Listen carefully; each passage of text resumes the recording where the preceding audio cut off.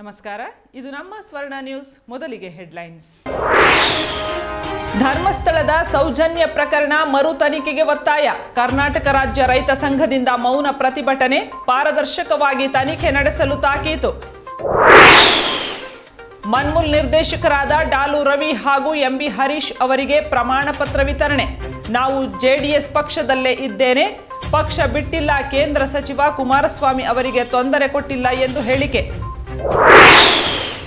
ವಿದ್ಯುತ್ ಅವಘಡಕ್ಕೆ ಮನೆ ಸಂಪೂರ್ಣ ಆಹುತಿ. ಮಂಡ್ಯ ನಗರದ ಬಿಡಿ ಕಾಲೋನಿಯಲ್ಲಿ ಜರುಗಿದ ಘಟನೆ. ಪರಿಹಾರ ಕಲ್ಪಿಸಲು ಅಸಹಾಯಕ ಕುಟುಂಬದ ಮನವಿ. ಹೊಸಹಳ್ಳಿಯಿಂದ ಹನಿಯಂಬಾಡಿ ಮುಖ್ಯ ರಸ್ತೆ ಅಭಿವೃದ್ಧಿ ಕಾಮಗಾರಿಗೆ ಶುಭಾರಂಭ. ಮಂಡ್ಯ ನಗರ ಅಭಿವೃದ್ಧಿ ಪಥದತ್ತ ದಾಪುಗಾಲು. ಶಾಸಕ ರವಿಕುಮಾರ್ ಗೌಡ ಗಣಿಗ ಹೇಳಿಕೆ. ಮದ್ಯ ಮಾರಾಟಗಾರರ ಬೇಡಿಕೆ ಈಡೇರಿಸಲು ಒತ್ತಾಯ. ಅಪರ ಜಿಲ್ಲಾಧಿಕಾರಿಗೆ ಸಂಘದ ಪರವಾಗಿ ಮನವಿ. ಮುಖ್ಯಮಂತ್ರಿ ಹಾಗೂ ಅಬಕಾರಿ ಸಚಿವರಿಗೂ ಭಿನ್ನಹ. ನಾಗಮಂಗಲ ಪಟ್ಟಣದ ಸೌಮ್ಯಕೇಶವ ಸ್ವಾಮಿ ದೇವಾಲಯದ ಭಕ್ತರ ಪರಿಪಾಟಲು. ಶೌಚಾಲಯವಿಲ್ಲದೆ ಪರಿತಪಿಸಬೇಕಾದ ದುಸ್ಥಿತಿ. ಗಬ್ಬೆದ್ದು ನಾರುತ್ತಿರುವ ದೈವಿ ಕೇಂದ್ರ.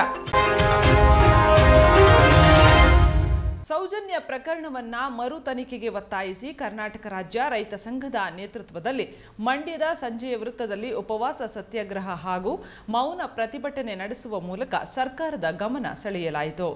ಸಾಕಷ್ಟು ವಿವಾದ ಹಾಗೂ ಅನುಮಾನ ಹುಟ್ಟಿಸಿರುವ ಸೌಜನ್ಯ ಪ್ರಕರಣವನ್ನು ಮರು ತನಿಖೆಗೆ ಒತ್ತಾಯಿಸಿ ಕರ್ನಾಟಕ ರಾಜ್ಯ ರೈತ ಸಂಘದಿಂದ ಮಂಡ್ಯದ ಸಂಜೆ ವೃತ್ತದಲ್ಲಿ ಉಪವಾಸ ಸತ್ಯಾಗ್ರಹ ನಡೆಸುವ ಮೂಲಕ ಹೋರಾಟ ನಡೆಸಲಾಯಿತು. ಮಂಡ್ಯ ಸಂಜೆ ವೃತ್ತದಲ್ಲಿ ಜಮಾವಣೆಗೊಂಡ ಕಾರ್ಯಕರ್ತರು ಸೌಜನ್ಯ ಪ್ರಕರಣವನ್ನು ನ್ಯಾಯಸಮ್ಮತವಾಗಿ ಮತ್ತು ಪಾರದರ್ಶಕವಾಗಿ ನಡೆಸಬೇಕು ಅಂತ ಆಗ್ರಹಿಸಿದರು. ಸೌಜನ್ಯ ಕೊಲೆ ಪ್ರಕರಣದ ಹಿಂದೆ ಬಲಾಢ್ಯ ವ್ಯಕ್ತಿಗಳ ಕೈವಾಡವಿದ್ದು ರಾಜ್ಯ ಸರ್ಕಾರ ಯಾವುದೇ ರೀತಿಯಲ್ಲೂ ಪ್ರಭಾವಕ್ಕೆ ಒಳಗಾಗದೆ ಸೌಜನ್ಯ ಪ್ರಕರಣವನ್ನು ನಿಷ್ಪಕ್ಷಪಾತವಾಗಿ ತನಿಖೆ ನಡೆಸಬೇಕು ಅಂತ ಒತ್ತಾಯಿಸಿದರು. ಪ್ರತಿಭಟನೆಯಲ್ಲಿ ಇಂಡ್ರವಾಳ್ ಚಂದ್ರಶೇಖರ್, ಅಣ್ಣೂರು ಮಹೇಂದ್ರ, ಕೃಷ್ಣ, ಶಿವಳ್ಳಿ ಚಂದ್ರಶೇಖರ್, ಜಯರಾಮ್ ಸೇರಿದಂತೆ ಅನೇಕರು ಭಾಗಿಯಾಗಿದ್ದರು. ಮನ್ಮೂಲ್ ನೂತನ ನಿರ್ದೇಶಕರಾಗಿ ಆಯ್ಕೆಯಾಗಿರುವ ಕೆಆರ್ಪೇಟೆಯ ಡಾಲು ರವಿ ಹಾಗೂ ಎಂಬಿ ಹರೀಶ್ ಅವರಿಗೆ ಅಪರ ಜಿಲ್ಲಾಧಿಕಾರಿ ಶಿವಾನಂದ ಮೂರ್ತಿ ಅವರು ಮಂಡ್ಯದಲ್ಲಿ ಪ್ರಮಾಣ ಪತ್ರ ನೀಡಿದರು. ಈ ಸಂದರ್ಭದಲ್ಲಿ ಸುದ್ದಿಗಾರರೊಂದಿಗೆ ಮಾತನಾಡಿದ ರವಿರವರು ಜೆಡಿಎಸ್ನಲ್ಲಿ ನಾನು ಹಾಗೂ ಎಂಬಿ ಹರೀಶ್ ಸಕ್ರಿಯವಾಗಿದ್ದೇವೆ ಅಂತ ತಿಳಿಸಿದರು. ಮನ್ಮೂಲ್ ನೂತನ ನಿರ್ದೇಶಕರಾಗಿ ಆಯ್ಕೆಯಾದ ಡಾಲು ರವಿ ಹಾಗೂ ಎಂಬಿ ಹರೀಶ್ ಅವರಿಗೆ ಅಪರ ಜಿಲ್ಲಾಧಿಕಾರಿ ಶಿವಾನಂದ ಮೂರ್ತಿ ಅವರು ಮಂಡ್ಯದಲ್ಲಿ ಪ್ರಮಾಣ ಪತ್ರವನ್ನು ನೀಡಿದರು. ಪ್ರಮಾಣ ಪತ್ರವನ್ನು ಸ್ವೀಕರಿಸಿದ ನಂತರ ಮಾಧ್ಯಮದವರೊಂದಿಗೆ ಮಾತನಾಡಿದ ಡಾಲು ರವಿರವರು ಮನ್ಮೂಲ್ ಚುನಾವಣೆ ಫಲಿತಾಂಶ ನ್ಯಾಯಾಲಯ ತಡೆ ಹಿಡಿದ ಕಾರಣ ಫಲಿತಾಂಶ ವಿಳಂಬವಾಗಿತ್ತು. ಇಂದು ಚುನಾವಣಾಧಿಕಾರಿ ಪ್ರಮಾಣ ಪತ್ರ ನೀಡಿದ್ದಾರೆ ಅಂತ ಹೇಳಿದರು. ಜೆಡಿಎಸ್ನಲ್ಲಿ ನಾನು ಹಾಗೂ ಎಂಬಿ ಹರೀಶ್ ಸಕ್ರಿಯವಾಗಿದ್ದೇವೆ. ಟಿಕೆಟ್ ಹಂಚಿಕೆ ವಿಚಾರದಲ್ಲಿ ಶಾಸಕ ಎಚ್ ಟಿ ಮಂಜು ಹಾಗೂ ನಮ್ಮ ನಡುವೆ ಚಾಲೆಂಜ್ ಇತ್ತು. ಶಾಸಕರನ್ನ ಎದುರಾಕೊಂಡು ಚುನಾವಣೆ ನಡೆಸುವುದು ಎಷ್ಟು ಕಷ್ಟ ಅಂತ ನಮಗೆ ಗೊತ್ತಿದೆ. ಇದಕ್ಕೆ ಮತದಾರರು ಉತ್ತರ ಕೊಟ್ಟಿದ್ದಾರೆ ಅಂತ ಹೇಳಿದರು. ನಾವು ಜೆಡಿಎಸ್ ಪಕ್ಷದಲ್ಲಿ ಇದ್ದೇವೆ, ಪಕ್ಷ ಬಿಟ್ಟಿಲ್ಲ. ಶಾಸಕರ ವಿರುದ್ಧವಾಗಿ ಚುನಾವಣೆ ಮಾಡಿದ್ದೇವೆ ಅಷ್ಟೇ. ಕೇಂದ್ರ ಸಚಿವ ಕುಮಾರಣ್ಣ ಅವರಿಗೆ ತೊಂದರೆ ಕೊಟ್ಟಿಲ್ಲ. ಕೃಷಿ ಸಚಿವ ಚಲುವರಾಯಸ್ವಾಮಿ ಸಹಾಯ ಮಾಡಿದ್ದಾರಷ್ಟೇ. ಸಹಕಾರ ಸಂಘದಲ್ಲಿ ರಾಜಕೀಯ ಬೇಡ ಅಂತ ಹೇಳಿದ್ವು. ಬುದ್ಧಿ ಹೇಳಿ ಕಳಿಸಿದ್ರು. ಡೈರಿ ಉಳಿಸ್ಕೊಡಿ ಅಂತ ಹೇಳಿದ್ದಾರೆ ಅಂತ ಹೇಳಿದರು. ಶಾಸಕರು ಸ್ವಂತ ನಿರ್ಧಾರದಿಂದ ಚುನಾವಣೆಗೆ ಬಂದಿದ್ದರು. ಕಾಂಗ್ರೆಸ್ ಸೇರ್ಪಡೆ ಬಗ್ಗೆ ನಿರ್ಧಾರ ಮಾಡಿಲ್ಲ. ಶಾಸಕರು ಮಾತಿಗೆ ಉತ್ತರ ಕೊಡಲ್ಲ. ಚಲುವರಾಯಸ್ವಾಮಿ ಅವರ ಜೊತೆ ವಿಶ್ವಾಸದಲ್ಲಿದ್ದೇವೆ ಅಂತ ಅವರು ತಿಳಿಸಿದರು. 2025 ತಾರೀಕು ಮಂಡ್ಯ ಜಿಲ್ಲಾ ಹಾಲು ಒಕ್ಕೂಟ ಮನ್ಮೂಲ್ ಚುನಾವಣೆ ಫಲಿತಾಂಶ ಪ್ರಕಟಣೆ ಆಗಿತ್ತು. ಅದರಲ್ಲಿ 3 ಓಟನ್ನ ನಮ್ಮ ಎದುರಾಳಿಯವರು ಕೋರ್ಟ್ಗೆ ಹೋಗಿ ತಂದಿದ್ರು. ಆ ಓಟು 3 ಓಟಲ್ಲಿದ್ದರಿಂದ ಅದ್ರ ಎಣಿಕೆಯನ್ನು ಮಾಡಿ ಫಲಿತಾಂಶನ ಪೆಂಡಿಂಗ್ ಇಟ್ಟಿದ್ರು. ಇವತ್ತು 4/4/2025 ಅದರ ಫಲಿತಾಂಶನ ಎಡಿಸಿ ಅವರ ವಿರುದ್ಧ ಮತ್ತು ನಮ್ಮ ಚುನಾವಣಾಧಿಕಾರಿಗಳ ವಿರುದ್ಧ ಶಿವಾನಂದ ಮೂರ್ತಿಯವರ ಸಮಕ್ಷಮದಲ್ಲಿ ರಿಸಲ್ಟ್ ಅನೌನ್ಸ್ ಮಾಡಿ ನಮಗೆ ಮತ್ತು ಹರೀಶ್ ಅವರಿಗೆ ಸರ್ಟಿಫಿಕೇಟನ್ನು ನೀಡಿದ್ದಾರೆ. ಅವತ್ತು ಚುನಾವಣೆ ನಡೆದ ಸಂದರ್ಭದಲ್ಲಿ ತಮಗೆಲ್ಲ ನಾವು ಮಾತಾಡ್ಸೋಕ್ಕೆ ಕಾಲಾವಕಾಶ ಕೊಡಲಿಲ್ಲ. ಯಾಕೆ ಅಂತಂದರೆ ರಿಸಲ್ಟ್ ಅಧಿಕೃತ ರಿಸಲ್ಟ್ ಬರದೆ ಅದನ್ನು ಮಾತಾಡೋದು ಬೇಡ ಅಂತ ಹೇಳಿದ್ರು. ಹಾಗಾಗಿ ಇವತ್ತು ನೀವೆಲ್ಲರೂ ನಮ್ಮ ಏನು ಗೆದ್ದು ಖುಷಿನ ಪ್ರಾಮಾಣಿಕವಾದ ಮತ ಹಾಕಿ ಅದು ಅತಿ ಹೆಚ್ಚಿನ ಮತ. ನನಗೆ 137, ಹರೀಶ್ ಅವ್ರಿಗೆ 123 ಮತ್ತು ಅವ್ರಿಗೆ 60 ಮತ್ತು ಇವರಿಗೆ 75 ಮತ ಹಾಕಿ ಅಂದರೆ ನಮಗೆ 62 ಮತ ಹೆಚ್ಚಿನ ಮತ ಹಾಕಿ ಬರೀ 48 ಮತಗಳನ್ನ ಹರೀಶ್ ಅವ್ರಿಗೆ ಹೆಚ್ಚಿನ ಮತ ಹಾಕಿ ಗೆಲ್ಲಿಸಿದ್ದಾರೆ. ಸರ್, ಈಗ ಅಧಿಕೃತವಾಗಿ ಜೆಡಿಎಸ್ ನಾವು ಖಂಡಿತವಾಗ್ಲೂ ಅವತ್ತು ಹೇಳಿದ್ದೀವಿ. ನಾನು ಜೆಡಿಎಸ್ ಪಕ್ಷಕ್ಕೆ ಸೇರ್ಪಡೆ ಆದಲ್ಲಿ ನಾನು ಪಕ್ಷ ಬಿಟ್ಟಿದ್ದೀನಿ, ಪಕ್ಷ ಬಿಟ್ಟಿಲ್ಲ. ಚರ್ಚೆ ಬಂದಾಗಲೂ ನಿಮ್ಗೆ ಹೇಳಿದ್ದೀನಿ. ನಾನು ಟಿ ವಿಯವ್ರ ಮುಂದೆ ನೀವೆಲ್ಲ ಮಾಧ್ಯಮದವ್ರ ಮುಂದೆ ಹೇಳಿದ್ದೀನಿ. ನಾನು ಪಕ್ಷ ಬಿಟ್ಟಿಲ್ಲ. ಹರೀಶ್ ಅಣ್ಣನು ಎಲ್ಲೂ ಪಕ್ಷ ಬಿಟ್ಟಿಲ್ಲ. ನಾವು ಶಾಸಕರು ನಮ್ಮ ವಿರುದ್ಧ ನಿಂತಾಗ ಶಾಸಕರ ವಿರುದ್ಧವಾಗಿ ಚುನಾವಣೆ ಮಾಡಿದ್ದೀವಿ. ಇವತ್ತು ಅವ್ರು ಯಾವುದಾದ್ರು ಚುನಾವಣೆ ನಿಂತಾಗ ಅವ್ರ ವಿರುದ್ಧವಾಗಿರ್ತೀವಿ. ನಾವು ನಮಗೆ ಕುಮಾರಣ್ಣ ಆಗಲಿ ಯಾವುದೇ ತೊಂದರೆ ಕೊಟ್ಟಿಲ್ಲ. ನಾವು ಡೈರಿ ಅಭಿವೃದ್ಧಿಗೆ ಸಹಕರಿಸ್ತೀವಿ. ರೈತರಿಗೆ 4 ರೂಪಾಯಿ ಕೊಡ್ತಿದೆ ರಾಜ್ಯ ಸರ್ಕಾರ. ರೈತರಿಗೆ ಒಳ್ಳೆಯದಾಗಬೇಕು ಅಷ್ಟೇ. ಸಹಕಾರ ಸಂಘದ ಅಭಿವೃದ್ಧಿಗೆ ನಾವು ಸದಾ ಬದ್ಧರಾಗಿದ್ದೇವೆ ಅಂತ ಹೇಳಿದರು. ಕಾಂಗ್ರೆಸ್ಗೆ ಬಾ ಅಂತ ಯಾರೂ ಕರೆದಿಲ್ಲ. ನಾನು ನಿರ್ದೇಶಕ MB ಹರೀಶ್ ಜೆಡಿಎಸ್ನಲ್ಲಿ ಸಕ್ರಿಯವಾಗಿರುತ್ತೇವೆ ಅಂತ ಡಾಲು ರವಿ ಸುದ್ದಿಗಾರರ ಪ್ರಶ್ನೆಗೆ ಉತ್ತರ ನೀಡಿದರು. ಮಂಡ್ಯ ನಗರದ ಬಿಡಿ ಕಾಲೋನಿಯಲ್ಲಿ ಸಲ್ಮಾನ್ ಪಾಷಾ ಎಂಬುವರಿಗೆ ಸೇರಿದ ಮನೆಗೆ ವಿದ್ಯುತ್ ಶಾರ್ಟ್ ಸರ್ಕ್ಯೂಟ್ನಿಂದ ಬೆಂಕಿಗಾಹುತಿ ಆಗಿರುವ ಘಟನೆ ಜರುಗಿದ್ದು, ಘಟನೆಯಿಂದ ಮನೆಯಲ್ಲಿದ್ದ ವಸ್ತುಗಳು ಸಂಪೂರ್ಣವಾಗಿ ಸುಟ್ಟು ಕರಕಲಾಗಿರುವ ಘಟನೆ ವರದಿಯಾಗಿದೆ. ಮಂಡ್ಯ ನಗರದ ಬಿಡಿ ಕಾಲೋನಿಯಲ್ಲಿ ಸಲ್ಮಾನ್ ಪಾಷಾ ಎಂಬುವರಿಗೆ ಸೇರಿದ ಮನೆಗೆ ವಿದ್ಯುತ್ ಶಾರ್ಟ್ ಸರ್ಕ್ಯೂಟ್ನಿಂದ ಬೆಂಕಿಗಾಹುತಿಯಾಗಿದ್ದು ಸಾವಿರಾರು ರೂಪಾಯಿ ನಷ್ಟ ಉಂಟಾಗಿದೆ. ವಿದ್ಯುತ್ ಶಾರ್ಟ್ ಸರ್ಕ್ಯೂಟ್ನಿಂದ ಏಕಾಏಕಿ ಒತ್ತಿದ ಬೆಂಕಿಯಿಂದ ಮನೆಯಲ್ಲಿದ್ದ ವಸ್ತುಗಳು ಸುಟ್ಟು ಕರಕಲಾಗಿದೆ. ಇನ್ನು ಮನೆಯಲ್ಲಿದ್ದ ಮಹಿಳೆ ಮತ್ತು 4 ಮಕ್ಕಳು ನೆರೆಹೊರೆಯವರ ಸಹಾಯದಿಂದ ಅದೃಷ್ಟವಶಾತ್ ಪಾರಾಗಿದ್ದಾರೆ. ಬೆಂಕಿ ಆರಿಸಲು ಅಕ್ಕಪಕ್ಕದ ಮನೆಯವರು ಮುಂದಾದರು. ಆದರೆ ಬೆಂಕಿ ಆರಿಸುವಷ್ಟರಲ್ಲಿ ಮನೆಯಲ್ಲಿದ್ದ ವಸ್ತುಗಳು ದಾಖಲಾತಿಗಳು ಸುಟ್ಟು ಕರಕಲಾಗಿದೆ. ಈ ಸಂಬಂಧ ಸೆಂಟ್ರಲ್ ಪೊಲೀಸ್ ಠಾಣೆಯಲ್ಲಿ ಪ್ರಕರಣ ದಾಖಲಾಗಿದೆ. ಕರೆಂಟ್ ಶಾಕ್ ಆಗಿ ಮಕ್ಕಳೆಲ್ಲ ಮಂಚದ ಮೇಲೆ ಮಲಗಿದ್ದೆ. ಏನೂ ಇಲ್ಲ, ಎಲ್ಲ ಸುಟ್ಟೋಗೈತೆ. ಮಕ್ಳಿಗೆ ಏನು ಬಟ್ಟೆನೂ ಇಲ್ಲ, ಏನೂ ಇಲ್ಲ, ಏನು ಡಾಕ್ಯುಮೆಂಟ್ಸ್ ಎಲ್ಲ ಮಗುದೆಲ್ಲ ಸುಟ್ಟೋಗೈತೆ. ಏನೂ ಇಲ್ಲ, ನೀವೇ ಸಹಾಯ ಮಾಡ್ತೀವಿ. ದುಡ್ಡು ಮಡಗಿದ್ದೆ, ಕಿವಿ ವಾಲ ಇದು ಮಾಡಿ 42,000 ಅದೂ ಇಲ್ಲ. ಮಂಚಿನ ಮೇಲೆ ಕೆಳಗಡೆ ಮಲಗಿದೆ.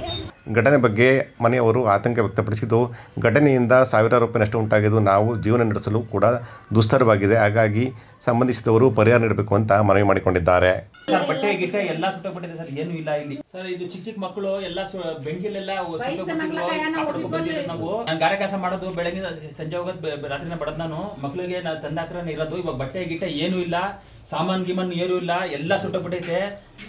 ಮನೇನೆಲ್ಲ ಒಂದು ಪದಾರ್ಥನೂ ಇಲ್ಲ ಇಲ್ಲಿ ಸರ್. ಏನಾರ ಉಪಾಯ ಏನಾರ ಮಾಡ್ಕೊಡಿ ಸರ್. ಇವಾಗ ನಮ್ಗಿಂತ ಏನು ಇಲ್ಲ, ಇಲ್ಲಿ ಎಲ್ಲ ಸುಟ್ಟೋಗ್ಬಿಟ್ಟಿದೆ ಸರ್. ಇವಾಗ ನಾನು ಕೂಲಿ ಮಾಡೋದು, ಗಾರೆ ಕೆಲಸ ಮಾಡೋದು, ಒಂದು 600 ರೂಪಾಯಿ ದುಡ್ಕೊಂಡು ಬರ್ತೀನಿ. ಇದ್ದಿದ್ದೆಲ್ಲ ಸುಟ್ಟೋಗ್ಬಿಟ್ಟಿದೆ ಸರ್. ಹೆಂಗೋ ದೇವ್ರ ಕಪ್ಪನಿಂದ ಮಕ್ಕಳೆಲ್ಲ ಇದಾಗೋರೆ, ಜನ ಎಲ್ಲ ಬಂದು ಕಾಪಾಡೋರೆ ಸರ್. ಇಲ್ಲಾಂದ್ರೆ ಮಕ್ಕಳೆಲ್ಲ ಕೈಯಿಂದ ಹೊಂಟೋಗ್ಬಿಡ್ತಿದ್ರು ಸರ್. ಏನೂ ಇಲ್ಲ ಸರ್, ಬಂದಿದ್ದು ಏನಿಲ್ಲ ಸರ್. ಮದುವೆಗೂ ಏನಾರ ಒಂಚೂರು ಇದು ಮಾಡಿ ಸರ್. 500 ರೂಪಾಯಿ 100 ರೂಪಾಯಿ ಸಂಬಂಧ ಮಾಡ್ಕೊಂಡು ಬರೋನು ಮನೆಯಲ್ಲಿ ಪಾಪ ಈಗ ಸಾಯಂಕಾಲನೂ ಆಗಿಲ್ಲ. ಈಗ ರಾತ್ರಿಗೆ ಅಡುಗೆ ಮಾಡೋಕ್ಕೆ ಪಾಪ ಪಾತ್ರೆನೂ ಇಲ್ಲ. ಆ ಮಕ್ಕಳಿಗೆ ಬಟ್ಟೆ ಚೇಂಜ್ ಮಾಡೋಕ್ಕೆ ಬಟ್ಟೆ ಇಲ್ಲ, ಏನಿಲ್ಲ, ಎಲ್ಲ ಭಸ್ಮವಾಗಿದೆ ಸರ್. ಅದಕ್ಕೆ ದಯಮಾಡಿ ಇದರಿಂದ ಸರ್ಕಾರದಿಂದ ಏನು ಇವರಿಗೆ ಸೌಲಭ್ಯ ಆಗುತ್ತೆ, ನಾನು ಆದಷ್ಟು ಎಲ್ಲೋಗಬೇಕು, ಏನು ಮಾಡಬೇಕು ಅಂತ ನಾನು ಎಲ್ಲ ಥರದ್ದು ಪ್ರಯತ್ನ ಪಡ್ತೀನಿ. ನಾನು ನಮ್ಮ ಸೆಂಟ್ರಲ್ ಸ್ಟೇಷನ್ಗೆ ಸುನೀಲ್ ಸರ್ಗೆ ಫೋನ್ ಮಾಡಿದ ತಕ್ಷಣ ಅವ್ರಿಗೆ ಡಿಪಾರ್ಟ್ಮೆಂಟನ್ನು ಕರೆಸ್ಬಿಟ್ಟು ಎಲ್ಲ ಅವರು FIR ನಾನು ಮಾಡ್ಕೊಡ್ತೀನಿ ಜಾಕೀರ್ ಬೈ, ನಾನು ತಹಸೀಲ್ದವ್ರಿಗೆಲ್ಲ ಹೇಳ್ತೀನಿ ಅಂತ ಹೇಳೋರೆ. ಅದಕ್ಕೆ ನಮ್ಮ ಮಾಧ್ಯಮ ಮುಖಾಂತರನೂ ಇವ್ರಿಗೆ ಏನಾರು ಒಂದು ಅನುಕೂಲ ಮಾಡೋಕ್ಕೆ, ಪಾಪ ಜೀವನ ಮಾಡೋಕ್ಕೆ ಏನೋ ಒಂದು ದಾರಿ ಮಾಡ್ಕೊಡ್ಬೇಕು ಅಂದ್ಬಿಟ್ಟು ನಿಮ್ಮಲ್ಲಿ ಮನವಿ ಮಾಡ್ಕೊತೀನಿ ಸರ್. ನಮಸ್ತೆ. ಮದ್ಯ ಮಾರಾಟಗಾರರ ವಿವಿಧ ಬೇಡಿಕೆಗಳನ್ನು ಈಡೇರಿಸುವಂತೆ ಆಗ್ರಹಿಸಿ ಮಂಡ್ಯ ಜಿಲ್ಲಾ ಮದ್ಯ ಮಾರಾಟಗಾರರ ಸಂಘದ ವತಿಯಿಂದ ಮದ್ಯ ಮಾರಾಟಗಾರರು ಅಪರ ಜಿಲ್ಲಾಧಿಕಾರಿ BC ಶಿವಾನಂದ ಮೂರ್ತಿ ಅವರಿಗೆ ಮನವಿ ಸಲ್ಲಿಸುವ ಮೂಲಕ ತಮ್ಮ ಅಳಲನ್ನು ತೋಡಿಕೊಂಡರು. ಎಲ್ಲ ವರ್ಗದ ಮದ್ಯ ಮಾರಾಟ ಸನ್ನದ್ಧದಾರರ ವಿವಿಧ ಬೇಡಿಕೆಗಳನ್ನು ಆಗ್ರಹಿಸಿ ರಾಜ್ಯದ ಎಲ್ಲ ಜಿಲ್ಲೆಗಳ ಜಿಲ್ಲಾಧಿಕಾರಿಗಳ ಕಚೇರಿ ಎದುರು ಸಾಂಕೇತಿಕ ಪ್ರತಿಭಟನೆ ನಡೆಸಿದ ಹಿನ್ನೆಲೆಯಲ್ಲಿ ಮಂಡ್ಯ ಜಿಲ್ಲಾ ಮದ್ಯ ಮಾರಾಟ ಸಂಘದ ವತಿಯಿಂದ ಜಿಲ್ಲಾಧಿಕಾರಿಗಳ ಕಚೇರಿ ಬಳಿ ಪ್ರತಿಭಟನೆ ನಡೆಸಲಾಯಿತು. ಪ್ರತಿಭಟನೆ ನೇತೃತ್ವ ವಹಿಸಿ ಮಾತನಾಡಿದ ಮಂಡ್ಯ ಜಿಲ್ಲಾ ಮದ್ಯ ಮಾರಾಟ ಸಂಘದ ಪ್ರಧಾನ ಕಾರ್ಯದರ್ಶಿ ಶಂಕರೇಗೌಡ, ರಾಜ್ಯ ಸರ್ಕಾರಕ್ಕೆ ಹಲವು ಬಾರಿ ನಮ್ಮ ಬೇಡಿಕೆಗಳನ್ನು ಈಡೇರಿಸುವಂತೆ ಮನವಿ ಮಾಡಿದರೂ ಇದುವರೆಗೂ ಒಂದೇ ಒಂದು ಬೇಡಿಕೆ ಕೂಡ ಈಡೇರಿಸಿಲ್ಲ. ಚಿಲ್ಲರೆ ಮದ್ಯ ಮಾರಾಟದ ಮೇಲೆ ಕನಿಷ್ಠ 20% ಲಾಭಾಂಶ ನೀಡಬೇಕು, ಹೆಚ್ಚುವರಿ ಅಬಕಾರಿ ಶುಲ್ಕವನ್ನು ಕಡಿಮೆ ಮಾಡಬೇಕು, ಸನದು ಶುಲ್ಕ ಹೆಚ್ಚಳ ಮಾಡಬಾರದು ಅಂತ ಹೇಳಿದರು. CL 9ಗಳಲ್ಲಿ ಮದ್ಯವನ್ನು ಪಾರ್ಸಲ್ ರೂಪದಲ್ಲಿ ಮಾರಾಟ ಮಾಡುವ ಕುರಿತು ಕಾನೂನು ತಿದ್ದುಪಡಿ ಮಾಡಬೇಕು ಹಾಗೂ 2005ರಲ್ಲಿ ತಿದ್ದುಪಡಿಯಾಗಿರುವ ಅಬಕಾರಿ ಕಾಯ್ದೆ ಕಲಂ 29ನ್ನು ಪುನರ್ ವಿಮರ್ಶಿಸಿ ತಿದ್ದುಪಡಿ ಮಾಡಬೇಕು ಸೇರಿದಂತೆ ಇನ್ನಿತರ ಬೇಡಿಕೆಗಳನ್ನು ಈಡೇರಿಸುವಂತೆ ಒತ್ತಾಯಿಸಿದರು. ಇದರಲ್ಲಿ 25% ಶೇಕಡ ನಾವು ವರಮಾನ ಕೊಡ್ತೇವೆ, 40,000 ಕೋಟಿ ವರಮಾನ ಕೊಡ್ತಕ್ಕಂಥ ಇಲಾಖೆಯನ್ನು ತಾತ್ಸಾರ ಮಾಡ್ತಾ ಇದ್ದಾರೆ ಇವತ್ತು ಸರ್ಕಾರ. ದಯವಿಟ್ಟು ಇದ್ರ ಬಗ್ಗೆ ಗಮನ ಹರಿಸಿ ನಮ್ಮ ಸಮಸ್ಯೆಗಳನ್ನು ಈ ಸರ್ಕಾರದಿಂದ ಬಗೆಹರಿಸ್ಕೊಡ್ಬೇಕು ಅಂತ ನಾವು ಇಡೀ ರಾಜ್ಯದಂಥ ಪ್ರತಿ ಜಿಲ್ಲೆಗಳಲ್ಲೂ ಕೂಡ ಸಾಂಕೇತಿಕವಾಗಿ ನಾವು ಪ್ರತಿಭಟನೆಯನ್ನು ಮಾಡ್ತಾ ಮಾನ್ಯ ಜಿಲ್ಲಾಧಿಕಾರಿಗಳ ಮುಖಾಂತರ ಮಾನ್ಯ ಗೌರವಾನ್ವಿತ ಮುಖ್ಯಮಂತ್ರಿಗಳಿಗೆ ಮತ್ತು ಹಾಗೂ ಅಬಕಾರಿ ಸಚಿವರಿಗೆ ನಮ್ಮ ಮನವಿಯನ್ನು ಕೊಟ್ಟಿದ್ದೀವಿ. ಈ ಸಂದರ್ಭದಲ್ಲಿ ಪುಟ್ಟೇಗೌಡ, ಬಸವೇಗೌಡ, ಮಧುಕುಮಾರ್, ಶ್ರೀನಿವಾಸ್, ಮಳವಳ್ಳಿ ಸೇರಿದಂತೆ ಇನ್ನಿತರ ಸನ್ನದ್ಧರು ಹಾಜರಿದ್ದರು. ಮತ್ತೊಂದೆಡೆ ಮದ್ಯ ಮಾರಾಟಗಾರರ ವಿವಿಧ ಬೇಡಿಕೆಗಳನ್ನು ಸರ್ಕಾರ ಈಡೇರಿಸುವಂತೆ ಆಗ್ರಹಿಸಿ ಮಂಡ್ಯ ಜಿಲ್ಲಾ ಮದ್ಯ ಮಾರಾಟಗಾರರ ಸಂಘದ ವತಿಯಿಂದ ಅಧ್ಯಕ್ಷ SP ಮಹೇಶ್ ಅವರ ನೇತೃತ್ವದಲ್ಲಿ ಮದ್ಯ ಮಾರಾಟಗಾರರು ಅಪರ ಜಿಲ್ಲಾಧಿಕಾರಿ BC ಶಿವಾನಂದ ಮೂರ್ತಿ ಅವರ ಮೂಲಕ ಸರ್ಕಾರಕ್ಕೆ ಮನವಿ ಸಲ್ಲಿಸಿದರು. ಈ ಸಂದರ್ಭದಲ್ಲಿ ಮಾತನಾಡಿದ ಮಹೇಶ್ ರವರು, ಚಿಲ್ಲರೆ ಮದ್ಯ ಮಾರಾಟದ ಮೇಲೆ ಕನಿಷ್ಠ 20% ಲಾಭಾಂಶ ನೀಡಬೇಕು, ಹೆಚ್ಚುವರಿ ಶುಲ್ಕವನ್ನು ಕಡಿಮೆ ಮಾಡಬೇಕು, ಯಾವುದೇ ಕಾರಣಕ್ಕೂ ಸನ್ನದು ಶುಲ್ಕವನ್ನು ಹೆಚ್ಚಳ ಮಾಡಬಾರದು. ಇತ್ತೀಚಿನ ದಿನಗಳಲ್ಲಿ ಸನ್ನದುಗಳ ಸಂಖ್ಯೆ ಮಾತ್ರ ಹೆಚ್ಚಳ ಆಗುವುದು ಬಿಟ್ಟರೆ ಮದ್ಯ ಮಾರಾಟ ಗಣನೀಯವಾಗಿ ವೃದ್ಧಿಯಾಗಿಲ್ಲ ಅಂತ ಹೇಳಿದರು. ಸರ್ಕಾರ ಆದಾಯ ಮಾಡಿಕೊಡಲು ನಿಯಮಗಳನ್ನು ಗಾಳಿಗೆ ತೂರಿದೆ. ಅಬಕಾರಿ ಕಾಯ್ದೆಗೆ 2005ರಲ್ಲಿ ತಂದ ತಿದ್ದುಪಡಿಯನ್ನು ಮರುಪರಿಶೀಲನೆ ಮಾಡಬೇಕು. MSIL ಸನ್ನದು ಕುರಿತು ನ್ಯಾಯಸಮ್ಮತ ತೀರ್ಮಾನ ಕೈಗೊಳ್ಳಬೇಕು. ಲೈಸೆನ್ಸ್ಗಳಿಗೆ ತೊಂದರೆ ಕೊಡಬಾರದು. ಲೈಸೆನ್ಸ್ದಾರರ ಬೇಡಿಕೆಗಳನ್ನು ತಕ್ಷಣ ಸರ್ಕಾರ ಈಡೇರಿಸಬೇಕು ಅಂತ ಒತ್ತಾಯಿಸಿದರು. ಮಂಡ್ಯ ಜಿಲ್ಲಾ ಅಬಕಾರಿ ಜಿಲ್ಲಾಧಿಕಾರಿಗಳು ಉತ್ತಮ ರೀತಿಯಲ್ಲಿ ಕೆಲಸ ಮಾಡುತ್ತಿದ್ದು ಅಧಿಕಾರಿಗಳಿಂದ ಯಾವುದೇ ಕಿರುಕುಳ ಇಲ್ಲ. ಸರ್ಕಾರದ ಕ್ರಮಗಳಿಂದ ನಮಗೆ ತೊಂದರೆಯಾಗುತ್ತಿದೆ ಅಂತ ಅವರು ದೂರಿದರು. ಇವತ್ತು ಎಲ್ಲ ಜಿಲ್ಲೆಗಳಲ್ಲೂ ತಮ್ಮ ಬೇಡಿಕೆಗಳನ್ನ ಘನತೆವೆತ್ತ ಸರ್ಕಾರ ಈಡೇರಿಸಬೇಕು. ತುಂಬ ನಮ್ಮ ಲೈಸೆನ್ಸಿಗಳು ತುಂಬ ತೊಂದರೆಯಲ್ಲಿದ್ದಾರೆ. ಅವ್ರಿಗೆ ಕೊಡ್ತಿರ್ತಕ್ಕಂಥ ಸರ್ಕಾರದಿಂದ ಬಂದಿರತಕ್ಕಂಥ ಎಲ್ಲ ಸವಲತ್ತುಗಳು ಅವ್ರಿಗೆ ಭಾಳ ಕಷ್ಟವಾಗಿ ಕಾಣಿಸ್ತಾ ಇದೆ. ಹಾಗಾಗಿ ಅದನ್ನು ಲೆಕ್ಕಾಚಾರ ಮಾಡಿ ಮೊನ್ನೆ ಬಜೆಟ್ ಪೂರ್ವಭಾವಿ ಮೀಟಿಂಗ್ನಲ್ಲೂ ನಾವೆಲ್ಲ ರಾಜ್ಯದ ಪದಾಧಿಕಾರಿಗಳು ಸನ್ಮಾನ್ಯ ಮುಖ್ಯಮಂತ್ರಿಗಳಿಗೆ ಮತ್ತು ಸನ್ಮಾನ್ಯ ಅಬಕಾರಿ ಸಚಿವರಿಗೆ ಎಲ್ಲರಿಗೂ ರಿಕ್ವೆಷನ್ ಕೊಟ್ಟು ಅದಕ್ಕೆ ತತ್ಸಂಬಂಧವಾಗಿ ಈ ಬೆಳವಣಿಗೆಗಳನ್ನ ಈಗ ಬಜೆಟ್ ಆದ ನಂತರ ಮಾಡ್ತೀನಿ ಅಂತ ನಮ್ಮ ಮುಖ್ಯಮಂತ್ರಿಗಳು ಮತ್ತು ನಮ್ಮ ಮಾನ್ಯ ರಾಜ್ಯ ಅಬಕಾರಿ ಸಚಿವರು ಹೇಳಿದರು. ಹಾಗಾಗಿ ಮಗದೊಮ್ಮೆ ಅವ್ರಿಗೆ ನಾವೆಲ್ಲ ಜಿಲ್ಲಾವಾರು ನಮ್ಮದೇನು ನಮ್ಮ ಸಂಘಟನೆಯ ಮತ್ತು ನಮ್ಮ ಲೈಸೆನ್ಸಿಗಳ ಕಷ್ಟ ಏನಿದೆ ಅದನ್ನು ಸರ್ಕಾರದ ಗಮನಕ್ಕೆ ತರಬೇಕು ಅಂತೇಳಿ ಮಾನ್ಯ ಎಲ್ಲ ಜಿಲ್ಲಾಧಿಕಾರಿಗಳ ಮುಖಾಂತರ ನಾವೆಲ್ಲ ಮನವಿಯನ್ನು ಕೊಟ್ಟು ನಮ್ಮ ಲೈಸೆನ್ಸ್ದಾರರ ಏನು ಬೇಡಿಕೆಗಳಿವೆ ಅವನ್ನ ತತ್ಕ್ಷಣ ಈಡೇರಿಸಬೇಕು ಅಂತೇಳಿ SFC ಅನುದಾನದಲ್ಲಿ ಮಂಡ್ಯ ನಗರಸಭಾ ವ್ಯಾಪ್ತಿಯ ಹೊಸಹಳ್ಳಿಯಿಂದ ಹನಿಯಂಬಾಡಿ ಮುಖ್ಯ ರಸ್ತೆಯ ಅಭಿವೃದ್ಧಿ ಕಾಮಗಾರಿಗೆ ಮಂಡ್ಯ ವಿಧಾನಸಭಾ ಕ್ಷೇತ್ರದ ಶಾಸಕರಾದ ರವಿಕುಮಾರ್ ಗೌಡ ಗುದ್ದಲಿ ಪೂಜೆಯನ್ನ ನೆರವೇರಿಸಿ ಮುಂದಿನ ದಿನಗಳಲ್ಲಿ ಮಂಡ್ಯ ನಗರ ಅಭಿವೃದ್ಧಿ ಪಥದತ್ತ ಸಾಗಲಿದೆ ಎಂದು ವಿಶ್ವಾಸವನ್ನ ವ್ಯಕ್ತಪಡಿಸಿದರು. SFC ಅನುದಾನದಲ್ಲಿ ಮಂಡ್ಯ ನಗರಸಭೆ ವ್ಯಾಪ್ತಿಯ ಹೊಸಹಳ್ಳಿಯಿಂದ ಹನಿಯಂಬಾಡಿ ಮುಖ್ಯ ರಸ್ತೆಯ ಅಭಿವೃದ್ಧಿ ಕಾಮಗಾರಿಗೆ ಮಂಡ್ಯ ವಿಧಾನಸಭಾ ಕ್ಷೇತ್ರದ ಶಾಸಕ ರವಿಕುಮಾರ್ ಗೌಡ ಗಣಿಗ ಗುದ್ದಲಿ ಪೂಜೆ ನೆರವೇರಿಸಿದರು. ಇದೇ ಸಂದರ್ಭದಲ್ಲಿ ಹೊಸಹಳ್ಳಿಯ ಪ್ರಮುಖ ರಸ್ತೆಯಲ್ಲಿರುವ ಬಿಸಿಲು ಮಾರಮ್ಮ ದೇವಸ್ಥಾನಕ್ಕೂ ಕೂಡ ಶಾಸಕರು ಪೂಜೆ ಸಲ್ಲಿಸಿದರು. ನಂತರ ಮಾತನಾಡಿದ ಶಾಸಕರು, ಮಂಡ್ಯ ನಗರಸಭೆ ವ್ಯಾಪ್ತಿಯ 35 ವಾರ್ಡ್ಗಳ ಸಮಗ್ರ ಅಭಿವೃದ್ಧಿಗೆ ಸುಮಾರು 200 ಕೋಟಿ ರೂಪಾಯಿಗಳ ಅನುದಾನ ಬಳಕೆ ಮಾಡಲಾಗುತ್ತಿದ್ದು ಮುಂದಿನ ದಿನಗಳಲ್ಲಿ ಮಂಡ್ಯ ನಗರ ಸುಸಜ್ಜಿತ ನಗರವಾಗಿ ಹೊರಹೊಮ್ಮಲಿದೆ ಅಂತ ವಿಶ್ವಾಸ ವ್ಯಕ್ತಪಡಿಸಿದರು. ಜಿಲ್ಲಾ ಕೇಂದ್ರವಾಗಿರುವ ಮಂಡ್ಯ ನಗರ ನಿರೀಕ್ಷಿತ ಅಭಿವೃದ್ಧಿ ಕಂಡಿಲ್ಲ. ನಗರ ವ್ಯಾಪ್ತಿಯಲ್ಲಿ ಹಾದು ಹೋಗುವ ಪ್ರಮುಖ ರಸ್ತೆಗಳು ತೀರಾ ಹದಗೆಟ್ಟ ಸ್ಥಿತಿಯಲ್ಲಿದ್ದಾವೆ. ಅವುಗಳ ಅಭಿವೃದ್ಧಿಗೆ ಕ್ರಮ ವಹಿಸಲಾಗಿದ್ದು ನಗರ ವ್ಯಾಪ್ತಿಯಲ್ಲಿ ಹಲವು ಸಾರ್ವಜನಿಕ ಸ್ನೇಹಿ ಯೋಜನೆಗಳು ಕಾರ್ಯಗತಗೊಳ್ಳಲಿದ್ದು ನಗರದ ಚಿತ್ರಣ ಬದಲಾಗಲಿದೆ ಅಂತ ಹೇಳಿದರು. ಮುಖ್ಯಮಂತ್ರಿಗಳ ವಿಶೇಷ ಅನುದಾನದಲ್ಲಿ ಪ್ರಮುಖ ರಸ್ತೆಗಳ ಆಧುನೀಕರಣ ಹಾಗೂ ಚರಂಡಿ ಅಭಿವೃದ್ಧಿಗೆ ಯೋಜನೆ ರೂಪಿಸಲಾಗಿದ್ದು 9 ಕೋಟಿ ರೂಪಾಯಿ ವೆಚ್ಚದಲ್ಲಿ ಹೊಸಹಳ್ಳಿ ಸಂಪರ್ಕ ರಸ್ತೆ ಮತ್ತು ಒಳಲು ವೃತ್ತದ ಸಂಪರ್ಕ ರಸ್ತೆ ಅಭಿವೃದ್ಧಿಪಡಿಸಿ ಅತ್ಯಾಧುನಿಕ ರೀತಿಯ ವಿದ್ಯುತ್ ದೀಪ ಅಳವಡಿಕೆ ಫುಟ್ಪಾತ್ ನಿರ್ಮಾಣಕ್ಕೆ ಕ್ರಮ ವಹಿಸಲಾಗುವುದು ಅಂತ ಹೇಳಿದರು.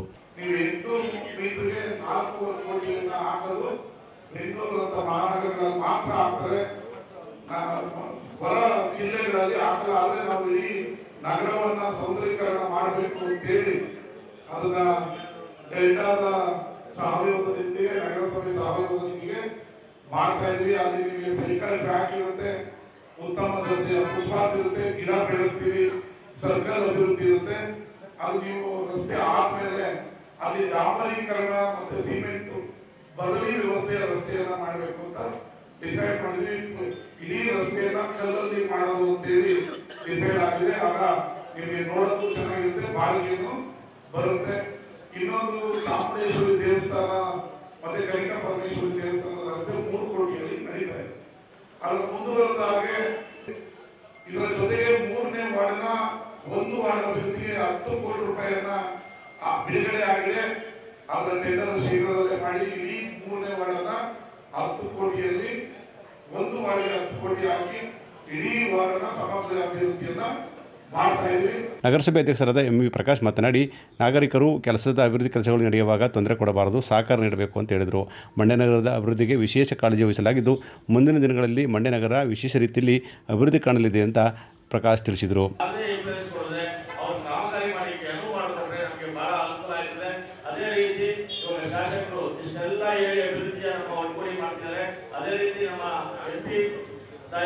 ಶಾಸಕರ ಸಹಯೋಗದಲ್ಲಿ 66 ಕೋಟಿ ರೂಪಾಯಿ CRF ಫಂಡ್ನಿಂದ ಮಂಡ್ಯದ ಒಳಭಾಗದಲ್ಲಿ ಹಾಗೂ ಹೊರಭಾಗದಲ್ಲಿ 66 ಕೋಟಿಯನ್ನು ಈ ಸರಿ ಏಪ್ರಿಲ್ 8 ಮೇ 15ಕ್ಕೆ ಮಂಡ್ಯದಲ್ಲಿ ಹೇಳಿದ್ದಾರೆ.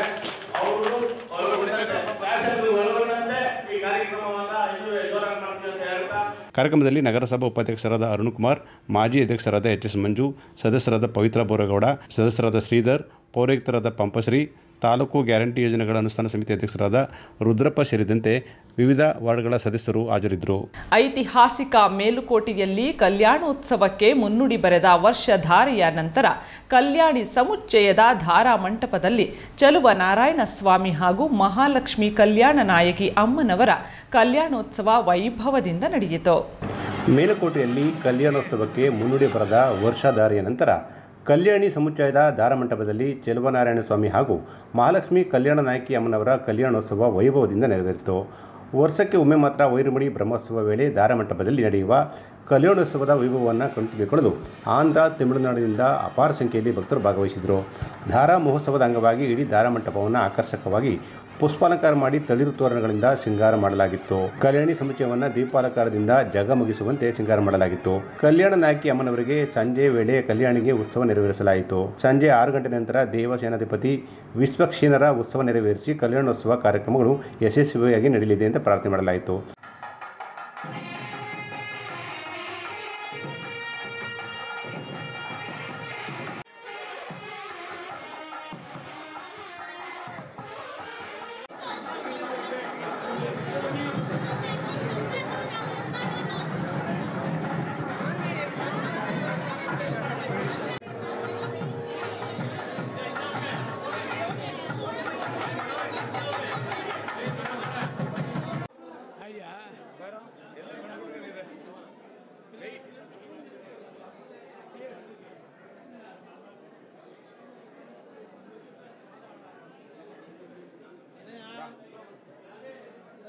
ನಂತರ ನವವಧುವಿನಂತೆ ಬಂಗಾರದ ಪ್ರಭಾವಳಿಯೊಂದಿಗೆ ಶೃಂಗಾರಗೊಂಡ ಶ್ರೀ ಚೆಲುವನಾರಾಯಣ ಸ್ವಾಮಿಯ ಭವ್ಯ ಉತ್ಸವ ಸಂಜೆಯ ವೇಳೆಗೆ ಧಾರಾಮಂಟಪಕ್ಕೆ ತಲುಪಿದ ನಂತರ ಅಲ್ಲಿ ಕಲ್ಯಾಣ ನಾಯಕಿ ಅಮ್ಮನವರು ಹಾಗೂ ಚೆಲುವನಾರಾಯಣ ಸ್ವಾಮಿಗೆ ಸಮನ್ಮಾಲೆ ನೆರವೇರಿಸಲಾಯಿತು. ಲಾಜಹೋಮ ಹಾಗೂ ಮದುವೆ ಎಲ್ಲ ಶಾಸ್ತ್ರಗಳನ್ನು ಅತ್ಯಂತ ಶ್ರದ್ಧಾ ಭಕ್ತಿಯಿಂದ ನೆರವೇರಿಸಲಾಯಿತು. ಶಾಸಕ ದರ್ಶನ್ ಪುಟ್ಟಣಿಯ ಕಾಳಜಿಯಿಂದಾಗಿ ಕಲ್ಯಾಣೋತ್ಸವಕ್ಕೆ ಕಳೆದ ಸಲಕ್ಕಿಂತ ಉತ್ತಮ ವ್ಯವಸ್ಥೆ ಮಾಡಲಾಗಿತ್ತು.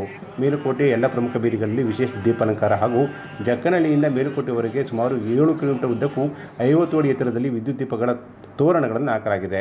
ಜಕ್ಕನಹಳ್ಳಿ ಬಳಿ ಹಾಕಿದ್ದ ವೈರಮುಡಿಗೆ ಸ್ವಾಗತ ಬಯಸುವ ದೀಪಾಲಂಕಾರ ಸ್ವಾಗತ ಕಮಾನು ಭಕ್ತರಿಗೆ ಮುದ ನೀಡುತ್ತಿದೆ. ದೇವಾಲಯದ ಕಾರ್ಯನಿರ್ವಾಹಕ ಅಧಿಕಾರಿ ಶೀಲಾ, ಪಾರುಪತ್ಯಗಾರರಾದ ಸ್ಥಾನಾಚಾರ್ಯ ಶ್ರೀನಿವಾಸ ನರಸಿಂಹನ್ ಗುರೂಜಿ, ಪರಿಚಾರಕರಾದ ಪಾರುಪತ್ಯದಾರ್ ಪಾರ್ಥಸಾರಥಿ ಉತ್ಸವವನ್ನು ಅಚ್ಚುಕಟ್ಟಾಗಿ ನಡೆಸಲು ಶ್ರಮಿಸಿದ್ದಾರೆ.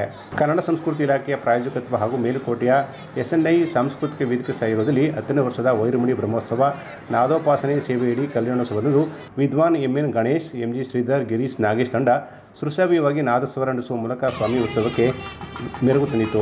ಕಲ್ಯಾಣೋತ್ಸವದ ಕಾರ್ಯಕ್ರಮಗಳು ಮುಕ್ತಾಯವಾದವು. ಚೆಲುವನಾರಾಯಣ ಸ್ವಾಮಿಯವರ ಕಲ್ಯಾಣೋತ್ಸವ ಮುಗಿದ ನಂತರ ಧಾರಾಮಂಟಪದಲ್ಲಿ ಸ್ವಾಮಿ ಮತ್ತು ಮಹಾಲಕ್ಷ್ಮಿಗೆ ಪರಸ್ಪರ ಹಾರ ಬದಲಾಯಿಸಿ ಕಲ್ಯಾಣೋತ್ಸವ ನೆರವೇರಿಸಿದ್ದ ಸಮನ್ಮಾಲೆಯನ್ನು ದೇವಾಲಯದ ಹಿರಿಯ ಪಾರುಪತ್ಯಗಾರ್ ಹಾಗೂ ಸ್ಥಾನಾಚಾರ್ಯ ಶ್ರೀನಿವಾಸ ನರಸಿಂಹನ್ ಗುರೂಜಿಯವರಿಗೆ ಹಾಕಿ ಮರ್ಯಾದೆ ಮಾಡಿ ಮಂಗಳವಾದ್ಯದೊಂದಿಗೆ ಅನುಷ್ಠಾನ ಸಂಪ್ರದಾಯದೊಂದಿಗೆ ಮೆರವಣಿಗೆ ಮಾಡಲಾಯಿತು.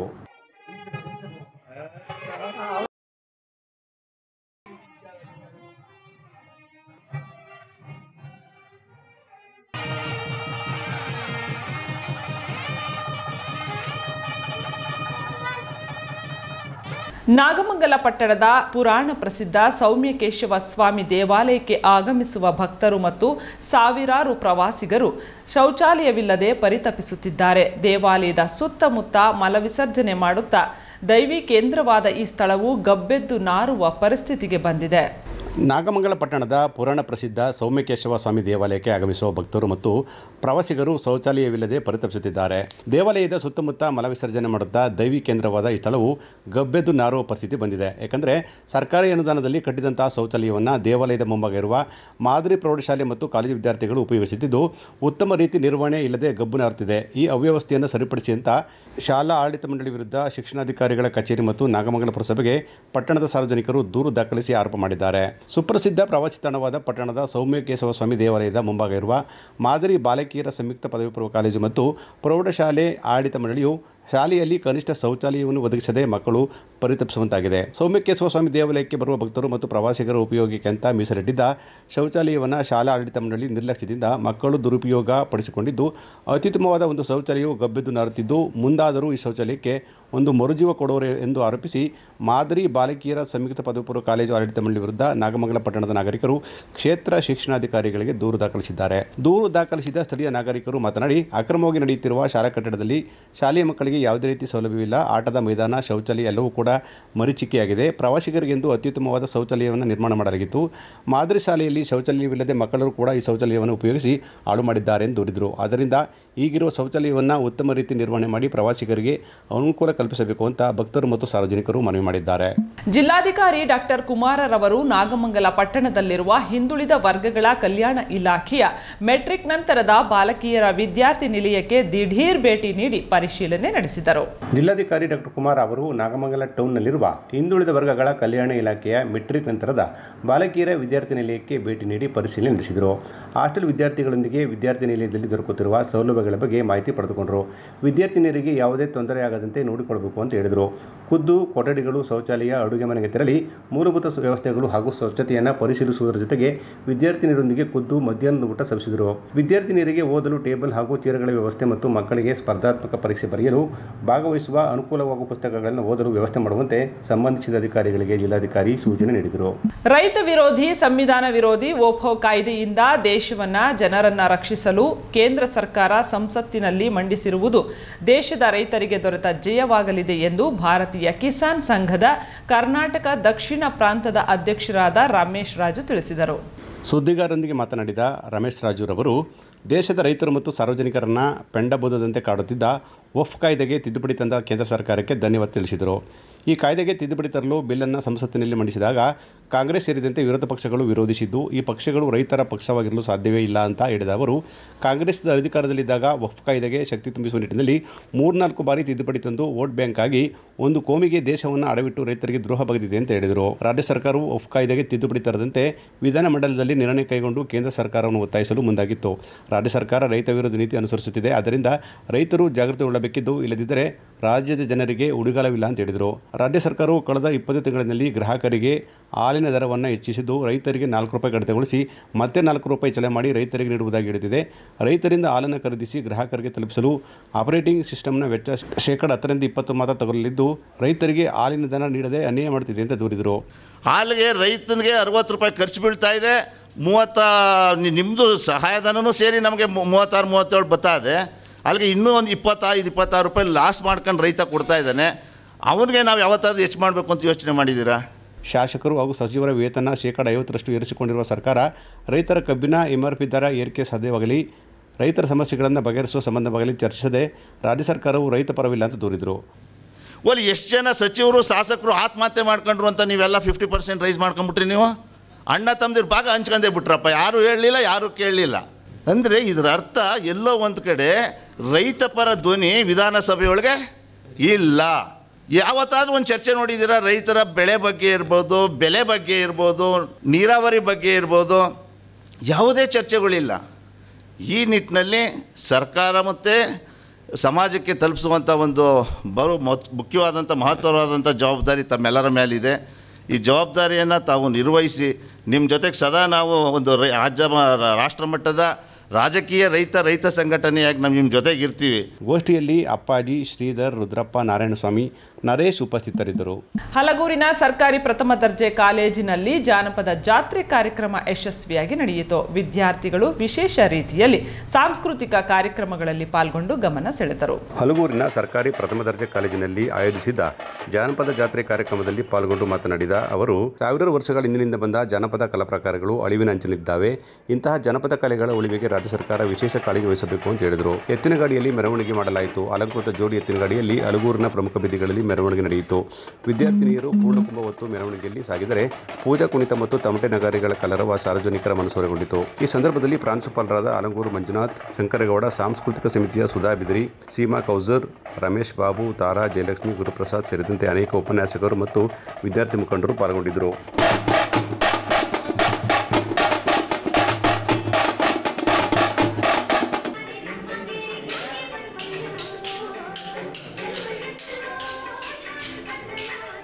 ವಿಪಕ್ಷ ನಾಯಕರು ಬೆಂಗಳೂರಿನಲ್ಲಿ ಬೆಲೆ ಏರಿಕೆ ಬಗ್ಗೆ ನಡೆಸುತ್ತಿರುವ ಧರಣಿಗೆ ಯಾವುದೇ ರೀತಿಯ ಅರ್ಥ ಇಲ್ಲ ಎಂದು ಮದ್ದೂರು ಕ್ಷೇತ್ರದ ಶಾಸಕ ಕೆಎಂ ಉದಯ್ ತಿಳಿಸಿದರು.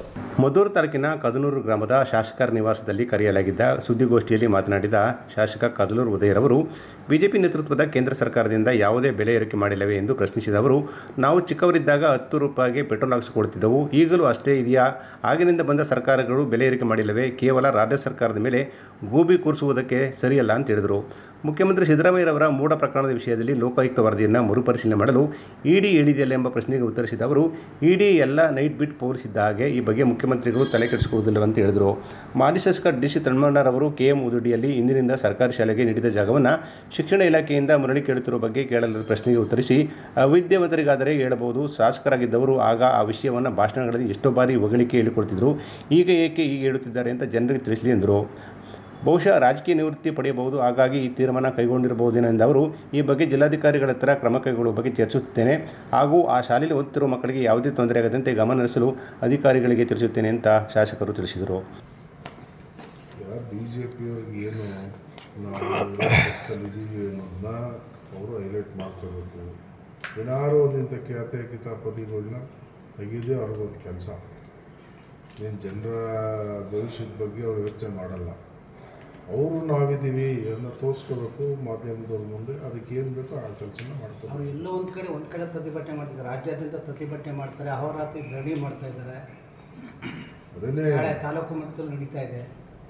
ನಮ್ಮ ಅಸ್ತಿತ್ವ ಒಟ್ಟೊತ್ತಾದೆ ಉಳಿಸ್ಕೋಬೇಕು ಅಂತ ನಾವು ವಿರೋಧ ಪಕ್ಷದಲ್ಲಿದ್ದೀವಿ ಅಂತ ತೋರಿಸ್ಕೊಳ್ಳೋಕ್ಕೆ ಸಣ್ಣವೆಲ್ಲ ತೆಗೆದು ಇವತ್ತು ಮುಷ್ಕರ ಮಾಡ್ತವ್ರೆ. 18 ಜನ ಅಮಾನತು ಮಾಡಿದ್ದು ಸ್ಪೀಕರು, ಅದು ದಾಖಲೆ ಇದೆ. ಸುಮ್ಮನೆ ಏಕಾಏಕಿ ಮಾಡಿದ್ದಲ್ಲ, ಅವರು ಅನುಚಿತವಾಗಿ ವರ್ತನೆಯನ್ನು ಮಾಡಿದರು. ನಾನು ಕೂಡ ಅದಕ್ಕೆ ಸಾಕ್ಷಿ ಸದನದಲ್ಲಿ ಇದ್ದು.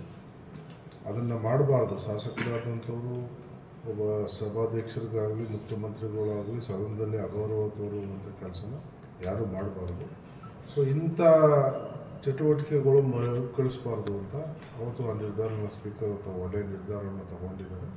ಸೊ ಅದ್ರ ಬಗ್ಗೆ ಪ್ರತಿಭಟನೆ ಮಾಡ್ತಿದ್ರೆ ಅದಕ್ಕೆ ಅರ್ಥ ಇಲ್ಲ. ಜೊತೆಗೆ ಬೆಲೆ ಏರಿಕೆ ಸಹ ಸೇರಿಸಿ ಮಾಡ್ತಾ ಇದ್ದಾರೆ. ಬೆಲೆ ಏರಿಕೆ ಈಗ ಆಗಲೇಬೇಕು. ಬೆಲೆ ಏರಿಕೆ ಆಗಬಾರ್ದು ಅಂದರೆ ಪ್ರತಿಯೊಂದು ಎಲ್ಲವೂ ಏರಿಕೆ ಆಗ್ತದೆ. ಕೇಂದ್ರದವ್ರೇನು ಏರಿಕೆ ಮಾಡಿಲ್ವಾ? ನಾವೆಲ್ಲ 10 ರೂಪಾಯಿಗೆ ಬೈಕು ಓಡಿಸ್ತಿದ್ದೆವು ಪೆಟ್ರೋಲ್ ಹಾಕ್ಕೊಂಡು. ಇವತ್ತು ಎಷ್ಟಿದೆ? ಯಾರು ಕರ್ನಾಟಕದವರು ಸರ್ಕಾರದವ್ರು ಏರಿಕೆ ಮಾಡಿಲ್ಲ, ಕೇಂದ್ರದವ್ರು ಮಾಡಿದ್ದಾರೆ. ಅವರು ಗ್ಯಾಸ್ ಬೆಲೆನ ಏರಿಕೆ ಮಾಡಿರೋದು ರಾಜ್ಯ ಸರ್ಕಾರದವರು, ಒಬ್ಬರ ರೈತರು ಗೊಬ್ಬರ. ಹೀಗೆ ಅವರು ಒತ್ತಾರೆ ಬೆಲೆ ಏರಿಕೆ ಮಾಡಿರೋದು. ಬೆಲೆ ಅದು ಏರಿಕೆ ಅನಿವಾರ್ಯ, ಮಾಡಲೇ ಆ ಸಂದರ್ಭಕ್ಕೆ ತಕ್ಕಂತೆ ಮಾಡಬೇಕಾಗ್ತದೆ.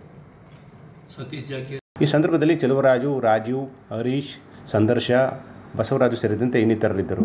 ಕಾಂಗ್ರೆಸ್ ಸರ್ಕಾರ ಭ್ರಷ್ಟಾಚಾರದಿಂದ ಕೂಡಿದ್ದು ದುರಾಡಳಿತ ನೀಡುತ್ತಿದೆ, ಹಾಗಾಗಿ ಬೆಲೆ ಏರಿಕೆ ಮಾಡಿ ಗ್ಯಾರಂಟಿಗಳ ಸುತ್ತ ಗಿರಿಕಿ ಹೊಡೆಯುತ್ತಿದೆ ಎಂದು ಕರ್ನಾಟಕ ರಾಷ್ಟ್ರ ಸಮಿತಿ ಪಕ್ಷದ ರಾಜ್ಯ ಪ್ರಧಾನ ಕಾರ್ಯದರ್ಶಿ ದಿಲೀಪ್ ಆರೋಪಿಸಿದರು. ಸುದ್ದಿಗಾರರೊಂದಿಗೆ ಮಾತನಾಡಿದ ದೀಪಕ್ ರವರು, ರಾಜ್ಯದಲ್ಲಿ ಪ್ರತಿ ಅಗತ್ಯ ವಸ್ತುಗಳು, ಸರ್ಕಾರಿ ಸೇವಾ ಶುಲ್ಕಗಳು ಏರಿಕೆ ಮಾಡಿರುವುದು ಸರ್ಕಾರದ ಬೊಕ್ಕಸ ಖಾಲಿಯಾಗಿದೆ ಎಂಬುದನ್ನು ತೋರಿಸುತ್ತದೆ. ಗ್ಯಾರಂಟಿಗೆ ಹಣ ಹೊಂದಿಸಲು ನಿರಂತರ ಬೆಲೆ ಏರಿಕೆಗೆ ಕಾಂಗ್ರೆಸ್ ಸರ್ಕಾರ ಮುಂದಾಗಿದೆ ಅಂತ ದೂರಿದರು. ಬೆಲೆ ಏರಿಕೆ ಮಾಡಿಕೊಂಡು 4 ಲಕ್ಷ ಕೋಟಿಯ ಬಜೆಟ್ ಮಂಡಿಸಿರುವ ಮುಖ್ಯಮಂತ್ರಿ ಸಿದ್ದರಾಮಯ್ಯ ರಾಜ್ಯದ ಜನರಿಗೆ ಮಂಕುಪುದಿ ಎರಚುತ್ತಿದ್ದು ಸುಮಾರು 40,000 ಕೋಟಿ ಹಣ ಪಾವತಿಯನ್ನು ಬಾಕಿ ಉಳಿಸಿಕೊಂಡಿದ್ದು ಬಜೆಟ್ನಲ್ಲಿ ತೋರಿಸದೇ ಇದ್ದು ಅಭಿವೃದ್ಧಿ ಹಾಗೂ ಸಣ್ಣ ಕಾಮಗಾರಿಗಳಿಗೂ ಹಣ ಇಲ್ಲದಂತಹ ಪರಿಸ್ಥಿತಿ ನಿರ್ಮಾಣವಾಗಿದೆ ಅಂತ ಹೇಳಿದರು. ಅನುದಾನದ ಕೊರತೆಯಿಂದಾಗಿ ಶಾಸಕರು ಪರ್ಸೆಂಟ್ ಸಿಗದೆ ಪರದಾಡುತ್ತಿದ್ದಾರೆ. ಸರ್ಕಾರಿ ಕಚೇರಿಗಳು ವಸೂಲಿ ಕೇಂದ್ರಗಳಾಗಿದ್ದಾವೆ. ಅಕ್ರಮ ಮರಳು ಗಣಿಗಾರಿಕೆ, ಕ್ರಷರ್ಗಳಿಗೆ ಕಡಿವಾಣ ಹಾಕಲು ಸರ್ಕಾರಕ್ಕೆ ಸಾಧ್ಯವಾಗದೆ ನಿರಂತರ ಲೂಟಿ ನಡೀತಿದೆ ಅಂತ ಹೇಳಿದರು. ಸರ್ಕಾರ ಕೂಡಲೇ ಭ್ರಷ್ಟಾಚಾರ, ದುರಾಡಳಿತವನ್ನು ನಿಲ್ಲಿಸುವ ಹೋದಲ್ಲಿ ತಮ್ಮ ಗ್ಯಾರಂಟಿಯನ್ನು ನಿಲ್ಲಿಸುವ ಸ್ಥಿತಿಗೆ ಬರಲಿದ್ದು ದಕ್ಷ ಹಾಗೂ ಭ್ರಷ್ಟಾಚಾರ ರಹಿತ ಆಡಳಿತ ನೀಡಲು ಕ್ರಮ ವಹಿಸಿ ತಕ್ಷಣವೇ ಬೆಲೆ ಏರಿಕೆ ಹಿಂಪಡೆಯಬೇಕು ಅಂತ ಒತ್ತಾಯಿಸಿದರು. ಭಾಳ ಸಂಕಷ್ಟದ ಸಮಯವನ್ನು ಎದುರಿಸಬೇಕಾಗತ್ತೆ, ಈಗಲೇ ಎಚ್ಚೆತ್ಕೊಳ್ಬೇಕು ಅಂತ ಅಂದ್ಬಿಟ್ಟು ನಾವು ಹೇಳ್ತಾ ಬಂದಿದ್ದೀವಿ. ಆದರೆ ಈ ಸರ್ಕಾರ ಎಚ್ಚೆತ್ಕೊಳ್ತಿಲ್ಲ. ಇದು ಮುಂದುವರೆದ್ರೆ ನಮ್ಮ ಹೋರಾಟಗಳು ಜಾಸ್ತಿ ಆಗುತ್ತೆ, ಜನನೂ ತಿರುಗಿ ಬೀಳ್ತಾರೆ. ಆ ದಿನಗಳು ಬಹಳ ದೂರ ಇಲ್ಲ. ಇನ್ನು ಶಾಸಕರುಗಳು, ಮಂತ್ರಿಗಳು ಇದೇ ಅವ್ರಿಗೆ ಏನನ್ಸಿದೆಯೋ ಏನೋ ಗೊತ್ತಿಲ್ಲ, ಇದೇ ಕೊನೆ ಬಾರಿ ಏನೋ ನಾವು ಕಾಂಗ್ರೆಸ್ ಸರ್ಕಾರ ಇರೋವಂಥದ್ದು. ನಾವು ಆದಷ್ಟು ಈ ಟರ್ಮಲ್ಲಿ ಮುಖ್ಯಮಂತ್ರಿಗಳು ಆಗಬೇಕು ಅಂದ್ಬಿಟ್ಟು ಕ್ಯೂನಲ್ಲಿ ನಿಂತ್ಕೊಂಡ್ಬಿಟ್ಟಿದ್ದಾರೆ. ಸಿದ್ದರಾಮಯ್ಯ ಇಳಿತಾರೆ, ನಾವು ಇನ್ನು ನೆಕ್ಸ್ಟು ನಾನಾಗಬೇಕು ಅನ್ನೋದಷ್ಟೇ ಅವ್ರಿಗೆ ಗಮನದಲ್ಲಿದೆ ಹೊರತು ಜನರ ಬಗ್ಗೆ ಯೋಚನೆ ಮಾಡ್ತಾ ಇಲ್ಲ. ಶಾಸಕರುಗಳು ಅಷ್ಟೇ, ಎಷ್ಟಾಗುತ್ತೋ ಅಷ್ಟು ಬಾಚ್ಕೊಳ್ಳೋಣ, ಆರಾಮಾಗಿರೋಣ, ಇಷ್ಟು ಈ ಪರಿಸ್ಥಿತಿ ಇದೆ. ಇದು ನಿಲ್ಲಬೇಕು. ಇದೆಲ್ಲ ಪರಿಗಣಿಸಿ ಸಿದ್ದರಾಮಯ್ಯನವರು ಒಂದಷ್ಟು ಸಾಮಾಜಿಕ ಚಿಂತನೆ ಉಳ್ಳವರು ಅಂತ ಅಂದ್ಬಿಟ್ಟು ಹೆಸರು ಮಾಡ್ಕೊಂಡಿದ್ರು. ಆದರೆ ಈ ಸಂದರ್ಭದಲ್ಲಿ ಅದ್ಯಾವುದೂ ಇಲ್ಲ. ಅದನ್ನು ಮರಳಿ ಪಡಿಬೇಕು ಅಂತ ಅಂದರೆ ಭ್ರಷ್ಟಾಚಾರಕ್ಕೆ ಅವರು ಕಡಿವಾಣ ಹಾಕಲೇಬೇಕು. ಕಡಿವಾಣ ಹಾಕಿ ಈ ಏನು ಬೆಲೆ ಏರಿಕೆಗಳಾಗಿದ್ದಾವೆ ಅದನ್ನು ವಾಪಸ್ ತೆಗೆದುಕೋಬೇಕು. ಗೋಷ್ಠಿಯಲ್ಲಿ ರಮೇಶ್ ಗೌಡ, ಮಲ್ಲೀಶ್, ಕಾಂತರಾಜು, ಶಶಿಧರ್, ರವೀಂದ್ರ, ಜಯಪ್ರಕಾಶ್ ಉಪಸ್ಥಿತರಿದ್ದರು. ಕೊನೆಯಲ್ಲಿ ಮತ್ತೊಮ್ಮೆ ಹೆಡ್ಲೈನ್ಸ್. ಧರ್ಮಸ್ಥಳದ ಸೌಜನ್ಯ ಪ್ರಕರಣ ಮರು ತನಿಖೆಗೆ ಒತ್ತಾಯ. ಕರ್ನಾಟಕ ರಾಜ್ಯ ರೈತ ಸಂಘದಿಂದ ಮೌನ ಪ್ರತಿಭಟನೆ. ಪಾರದರ್ಶಕವಾಗಿ ತನಿಖೆ ನಡೆಸಲು ತಾಕೀತು. ಮನ್ಮೂಲ್ ನಿರ್ದೇಶಕರಾದ ಡಾಲು ರವಿ ಹಾಗೂ ಎಂಬಿ ಹರೀಶ್ ಅವರಿಗೆ ಪ್ರಮಾಣ ಪತ್ರ ವಿತರಣೆ. ನಾವು ಜೆಡಿಎಸ್ ಪಕ್ಷದಲ್ಲೇ ಇದ್ದೇನೆ, ಪಕ್ಷ ಬಿಟ್ಟಿಲ್ಲ. ಕೇಂದ್ರ ಸಚಿವ ಕುಮಾರಸ್ವಾಮಿ ಅವರಿಗೆ ತೊಂದರೆ ಕೊಟ್ಟಿಲ್ಲ ಎಂದು ಹೇಳಿಕೆ. ವಿದ್ಯುತ್ ಅವಘಡಕ್ಕೆ ಮನೆ ಸಂಪೂರ್ಣ ಆಹುತಿ. ಮಂಡ್ಯ ನಗರದ ಬಿಡಿ ಕಾಲೋನಿಯಲ್ಲಿ ಜರುಗಿದ ಘಟನೆ. ಪರಿಹಾರ ಕಲ್ಪಿಸಲು ಅಸಹಾಯಕ ಕುಟುಂಬದ ಮನವಿ. ಹೊಸಹಳ್ಳಿಯಿಂದ ಹನಿಯಂಬಾಡಿ ಮುಖ್ಯ ರಸ್ತೆ ಅಭಿವೃದ್ಧಿ ಕಾಮಗಾರಿಗೆ ಶುಭಾರಂಭ. ಮಂಡ್ಯ ನಗರ ಅಭಿವೃದ್ಧಿ ಪಥದತ್ತ ದಾಪುಗಾಲು. ಶಾಸಕ ರವಿಕುಮಾರ್ ಗೌಡ ಗಣಿಗ ಹೇಳಿಕೆ. ಮದ್ಯ ಮಾರಾಟಗಾರರ ಬೇಡಿಕೆ ಈಡೇರಿಸಲು ಒತ್ತಾಯ. ಅಪರ ಜಿಲ್ಲಾಧಿಕಾರಿಗೆ ಸಂಘದ ಪರವಾಗಿ ಮನವಿ. ಮುಖ್ಯಮಂತ್ರಿ ಹಾಗೂ ಅಬಕಾರಿ ಸಚಿವರಿಗೂ ಭಿನ್ನಹ. ನಾಗಮಂಗಲ ಪಟ್ಟಣದ ಸೌಮ್ಯಕೇಶವ ಸ್ವಾಮಿ ದೇವಾಲಯದ ಭಕ್ತರ ಪರಿಪಾಟಲು. ಶೌಚಾಲಯವಿಲ್ಲದೆ ಪರಿತಪಿಸಬೇಕಾದ ದುಸ್ಥಿತಿ. ಗಬ್ಬೆದ್ದು ನಾರುತ್ತಿರುವ ದೈವಿ ಕೇಂದ್ರ. ಇದಿಷ್ಟು ಇವತ್ತಿನ ಸುದ್ದಿಗಳು. ಇದು ನಮ್ಮ ಸ್ವರ್ಣ ನ್ಯೂಸ್. ಬಾಂಧವ್ಯಗಳ ಬೆಸುಗೆ ನಮಸ್ಕಾರ.